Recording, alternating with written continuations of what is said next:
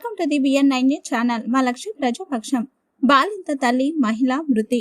భద్రాచలంలోని RTC bus stand పక్కన గల forest quarters ఎదురుగా గల ఒక ప్రైవేట్ ఆసుపత్రి వద్ద ఒక మహిళ మృతి పట్ల ఆందోళన జరిగింది. పిచ్చుకలపాడుకు చెందిన ఒక మహిళ జ్వరంతో ఆ ప్రైవేట్ ఆసుపత్రిలో చేరింది.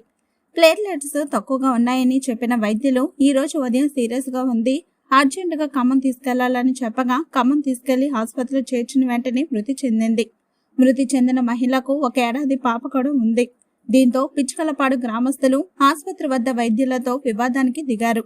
అంతా నార్మల్ గా ఉంది అని చెప్పి సీరియస్ కండిషన్ లో తీసుకువెళ్లమని చెప్పారని గొడవ చేశారు. దీంతో ఆసుపత్రి వారు 3 రోజులకు 70,000 బిల్లు అయింది. బిల్లు కట్టకుండా సెటిల్మెంట్ చేశారు. ఆర్టీసీ బస్టాండ్ వెనుక గల ఒక ఆసుపత్రి నిర్వాహకుడు పాప పేరు మీద 50,000 డిపాజిట్ చేస్తామని సెటిల్మెంట్ చేసినట్లు తెలుస్తోంది. ఆసుపత్రి వారు లోపం ఏమీ లేకుండా ఎందుకు 50,000 రూపాయలు ఇస్తామని ఒప్పుకున్నారో తెలియాల్సి ఉంది.